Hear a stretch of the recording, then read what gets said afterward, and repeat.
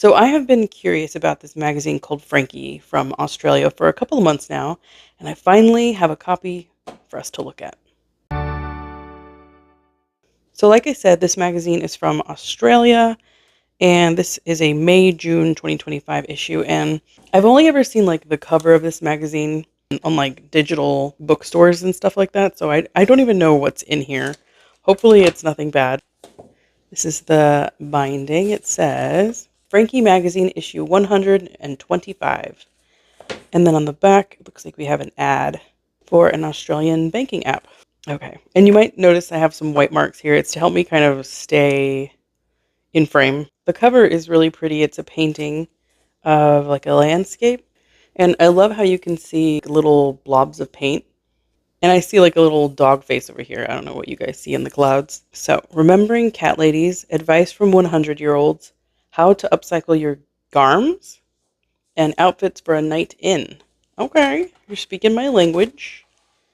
Okay, so the inside is just some paper. This is interesting because it's like a magazine. I'm so used to like looking at books for paper lovers at this point that I forgot magazines had ads. So we have an ad for clothing. And you can see the paper, it's not like glossy, it's like a matte. Some skincare. 6 curious things we learned while crafting this issue. Helena Bonham Carter is a relative of Florence Nightingale. And the last one's about different covers of Dolly Parton's Jolene and that they listened to them all in one day. So these are those coloring books that everyone loves from Coco Wayo. And of course, they look so cute. It doesn't get any cozier than this, spelled with an S. So we've got some pictures, a building with a purple tree, it looks like. And what's inside, all the different articles. Then we have some like letters to the editor type thing. This is so crazy because it's like a magazine. I'm not used to looking at something like this. You know, it's like fashion, decor, purses. I really want to get an orange crossbody bag, like brighter than this, like this color. This one is about placemats, and I love placemats. I have them in like all my videos. I don't have one in this one because I just didn't see one I wanted to use, but that one is really cute. But it's $29. Yeah, right. And then over here, it's talking about an artist's wares, like the different stuff that they make. And she's from Australia. And this is like a really cute, like food tier. Yeah, that's like curated magazine stuff. Meet the cover artist, Rochelle Kent. And she painted the vineyards of Mount Canobolas. You can buy this popcorn bouquet. Is it ceramic? Yes, it's ceramic. Oh, a ball bowl for when you're knitting. What is this? So there's art, ceramics. I'm wondering like if people can be like, hey, I make ceramics. Like, can you put me in your magazine? I wonder how they're picking these items. Marketing coordinator, general inquiries. Just curious.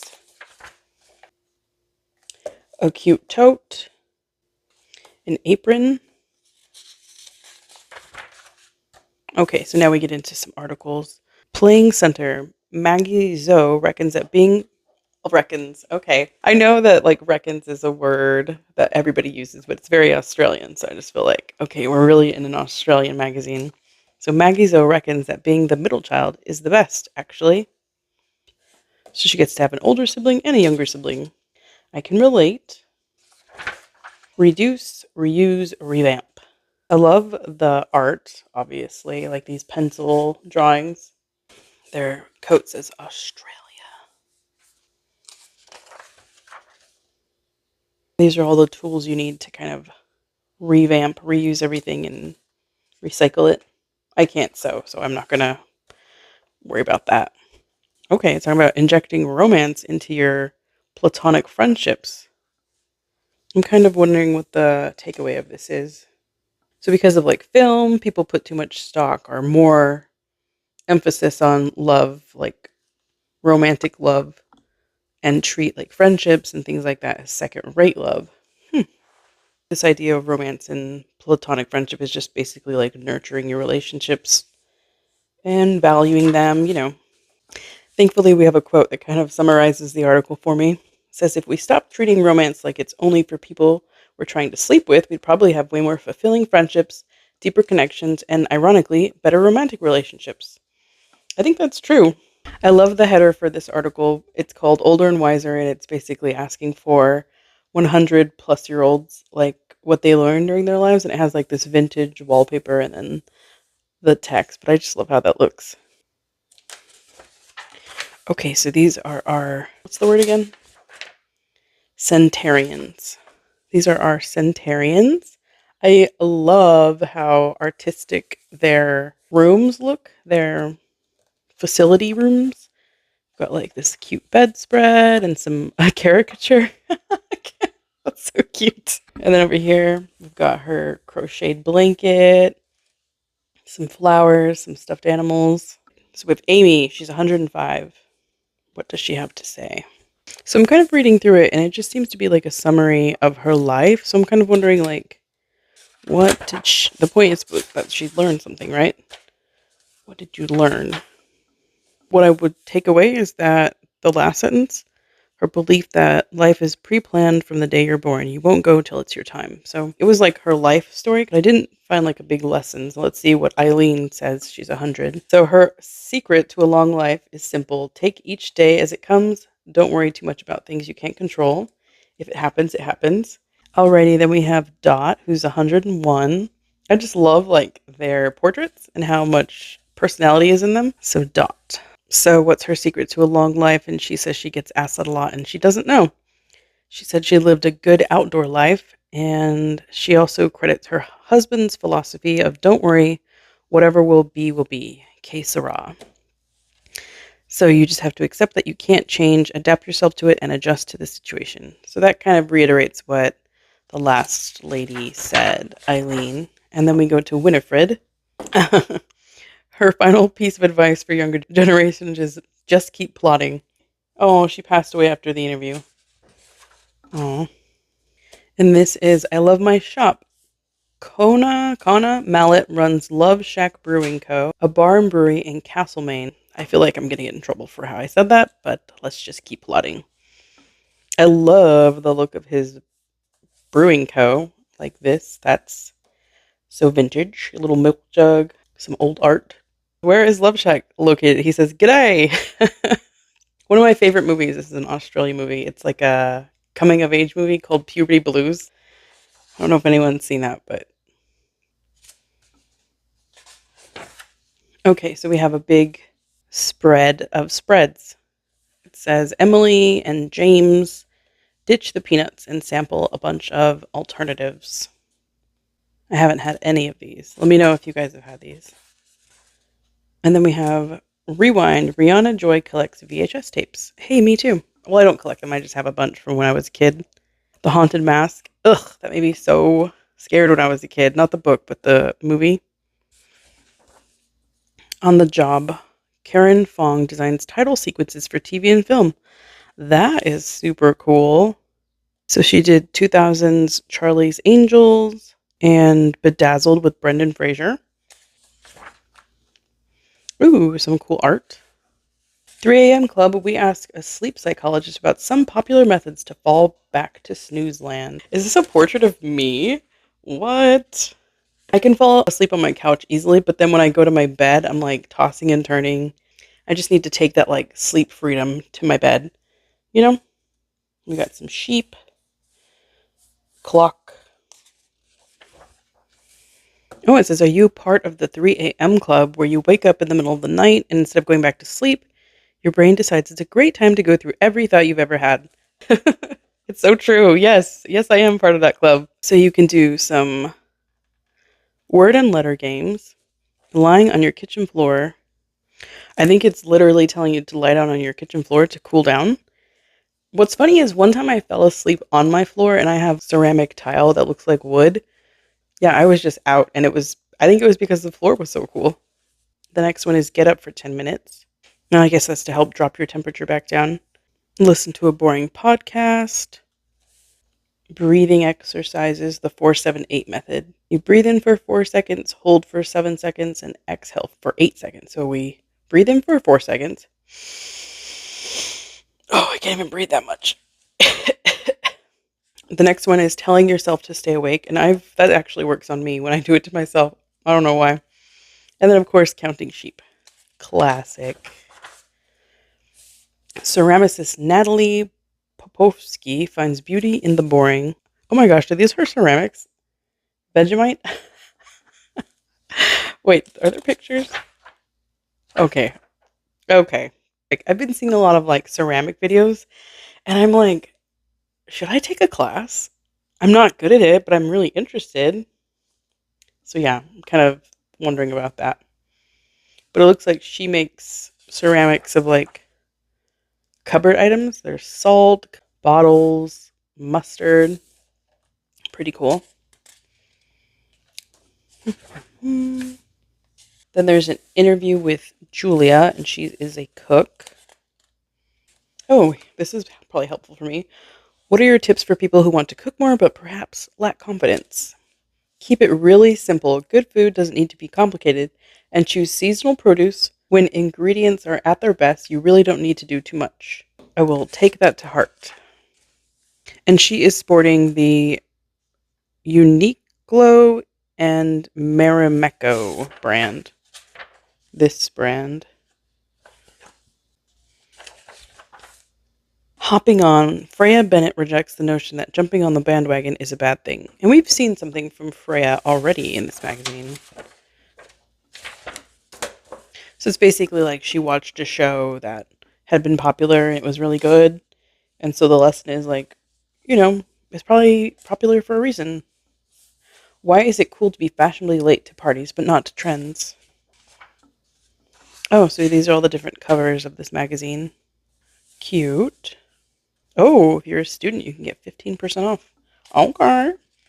Femme Feline. Anna Gogo is celebrating cat ladies through history in her new book. Is my sister in this book? Little Edie Bouvier Bill. She owned up to 30 cats at one time. I could never. I think cats are cute, but I'm allergic, so. Elizabeth Taylor owned beloved lost cat Cassius. So I guess her cat was a great comfort to her. Okay, what's this? Eartha Kitt owned black cat Jinx. We have like a little poster. Oh, it's a calendar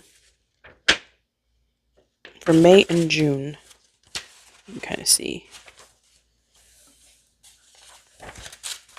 Florence Nightingale owned more than 60 cats during her lifetime.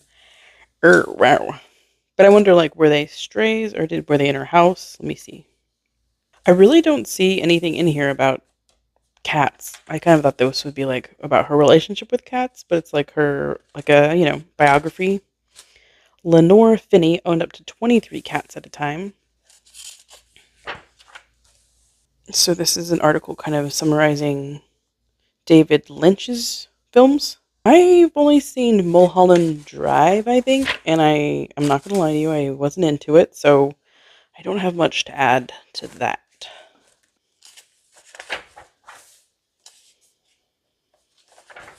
Some bits and bobs. That's cute. Okay, wait. Okay. I'm just going to say what I think is cute and what I'm into. No, maybe, yes, no, no, no, no. What is this? A ceramic vase? Yes. Maybe. Maybe, actually. Yes. No. No. What is this? Green jar? Yes. Is this soap? It's a Studio Arhage brick. I don't know what that is. No. No. What's that? Is this for eating? Maybe. No. No. What's that? A doorstop? Yes. 19. What is this? A keepsake box? No, no, no, no, no. So we got a few yeses in here. Coffee Country. So it looks like it's like a coffee article. Oh my gosh. What? I love this art. Madeline Simpson paints delightful birds and their mundane surroundings. I love like the crates. Why do I want to have some crates in my house now? Hmm. Some chairs. I like this one. Offer a carrot. Elsie Lange wonders, is a bit of positive reinforcement really too much to ask? So it says, not even Matilda understood she was a genius possessing magical telekinesis powers until Miss Honey hyped her up. So I guess, there's benefits to being nice. You catch more flies with honey. Game on. Combine a live music show with interactive music, blah, blah, blah, blah, blah. It's kind of like a show. Oh, and then there's some host your own trivia night. I really love the show Nevermind the Buzzcocks. It's kind of like an English show, not to, you know, crap on his show, but I like that show. Dip your toes in so you can subscribe. Offer valid for Australian deliveries only. Okay, then we have a few different ways to reuse old stale bread. Well, I added the word old, but I'm guessing croutons. Will that be one? Old school booze? Ugh. Parmesan crackers, breadcrumbs. Let's just appreciate this still life here. It looks so cute. Love the little cloth. The bread. Balsamic oil? Vinegar? Don't know. Bread and butter pudding. Manzella salad. Dangerous ideas. A painting of a woman reading seems mundane. It's anything but. So it's talking about like women and literacy. So there's like implications beyond a simple scene. I feel like I've seen this one. Hip to be square. This artist dissects techie tendencies through arty robots. Interesting frame. Little face down here. So we have more stuff about subscribing. Win one of 2 mustard-made bundles featuring the mixer cabinet and the basket sets. Cute. This is talking about these two, like a duo who make podcasts. I really like the magazine. I think it's really funny and interesting. It's kind of like, it also is very like local. It's talking about a lot of local places and people. Oh, the next page is about sleepovers. Okay, we have some sleepover art, and then it has kind of like the information about it. This is kind of reminding me of like Delia's back in the day.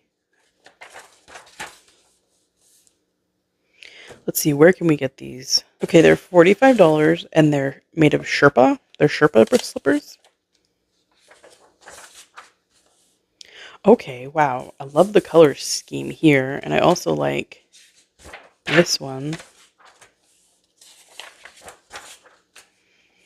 Australian illustrator Megan McKean packed up and moved across the world to Sweden.